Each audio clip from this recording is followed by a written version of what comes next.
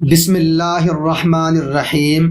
الحمد للہ رب العالمین والصلاة والسلام علی اشرف الانبیاء والمرسلین اما بعد فاعوذ باللہ من الشیطان الرجیم بسم اللہ الرحمن الرحیم قل هو اللہ احد اللہ الصمد لم یلد ولم یولد ولم یکن له کفوا احد صدق اللہ العظیم۔ معزز سامعین کرام، اسلام کی 5 بنیادوں میں سے پہلی بنیاد عقیدہ توحید ہے۔ اس کی اہمیت کے لیے یہ بات کافی ہے کہ دنیا میں جتنے بھی انبیاء کرام تشریف لائے ہیں ان سبوں کو اللہ تعالی نے توحید کی دعوت دینے کا حکم دیا ہے۔ سورۃ الانبیاء میں اللہ تعالی ارشاد فرماتے ہیں، اے نبی، تم سے پہلے ہم نے کوئی ایسا رسول نہیں بھیجا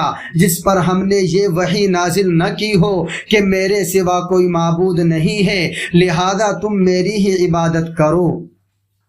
معزز سامعین، عقیدہ توحید کا مطلب یہ ہے کہ بندہ اللہ تعالی کو اس کی ربوبیت، الوہیت اور اسماء و صفات میں تنہا مانے اور ان چیزوں میں کسی کو بھی اللہ تعالی کا شریک نہ ٹھہرائے۔ اللہ تعالی کو اس کی ربوبیت میں تنہا ماننے کا مطلب یہ ہے کہ بندہ اس بات پر ایمان لائے کہ اللہ تعالی نے ہی ساری جاندار اور بے جان چیزوں کو پیدا کیا ہے، وہی زمین پر رینگنے والے اور فضا میں اڑنے والے جاندار کو روزی عطا کرتا ہے، وہی مردوں کو زندگی اور زندوں کو موت دیتا ہے، اسی کے حکم سے ہوائیں چلتی ہیں اور بادلوں سے بارش نازل ہوتی ہے، اسی کے حکم سے درخت کے پتے ہلتے ہیں اور زمین سے دانے نکلتے ہیں۔ وہ نہ کسی کا باپ ہے اور نہ کسی کا بیٹا ہے، یعنی نہ اس نے کسی کو جنا ہے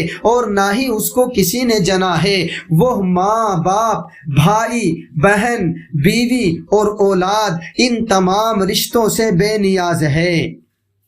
برادران اسلام، اللہ تعالیٰ کو اس کی الوہیت میں تنہا ماننے کا مطلب یہ ہے کہ بندہ اس بات پر ایمان لائے کہ ہر قسم کی عبادت کے لائق صرف اللہ تعالیٰ کی ذات ہے، اس کے علاوہ کوئی بھی بندگی کے لائق نہیں ہے۔ وہ اس بات پر ایمان لائے کہ خوشی و غمی ہر حالت میں صرف اسی کو سجدہ کرنا ہے، اسی کے سامنے اپنی پیشانی کو خم کرنا ہے، اس کے علاوہ کسی کو سجدہ نہیں کرنا ہے۔ مصیبت و پریشانی کے ایام میں صرف اسی کو پکارنا ہے، صرف اسی کو حاجت روا اور مشکل کشا سمجھنا ہے، اسی سے اپنی امیدوں کو وابستہ رکھنا ہے، اسی کا خوف اپنے دلوں میں پیدا کرنا ہے، اسی پر توکل و بھروسہ کرنا ہے، اسی کے نام پر جانوروں کو ذبح کرنا ہے۔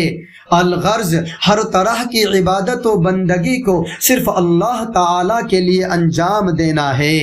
برادران اسلام، اللہ تعالیٰ کو اسماء و صفات میں تنہا ماننے کا مطلب یہ ہے کہ قرآن و حدیث میں اللہ تعالیٰ کی جو صفات بیان کی گئی ہیں ان کو صرف اللہ کے لیے خاص مانا جائے اور ان میں کسی کو بھی اللہ کا شریک نہ سمجھا جائے۔ لہذا بندے کو اس بات پر یقین کرنا چاہیے کہ دنیا میں جو کچھ ہو رہا ہے یا ہوگا اس کا علم صرف اللہ تعالی کو ہے، اسی کے پاس غیب کی چابیاں ہیں جن کو اس کے سوا کوئی نہیں جانتا۔ وہ جسے چاہتا ہے حکومت عطا کرتا ہے اور جس سے چاہتا ہے حکومت کو چھین لیتا ہے، وہ جس کو چاہتا ہے عزت دیتا ہے، جس کو چاہتا ہے ذلیل کر دیتا ہے، وہ رات کو دن میں اور دن کو رات میں داخل کرتا ہے، وہ کسی کو نقصان پہنچانا چاہے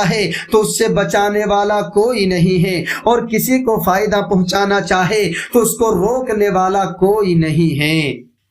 اللہ تعالیٰ سے دعا ہے کہ وہ ہمارا خاتمہ ایمان پر فرمائے، آمین۔ وآخر دعوانا ان الحمد للہ رب العالمین۔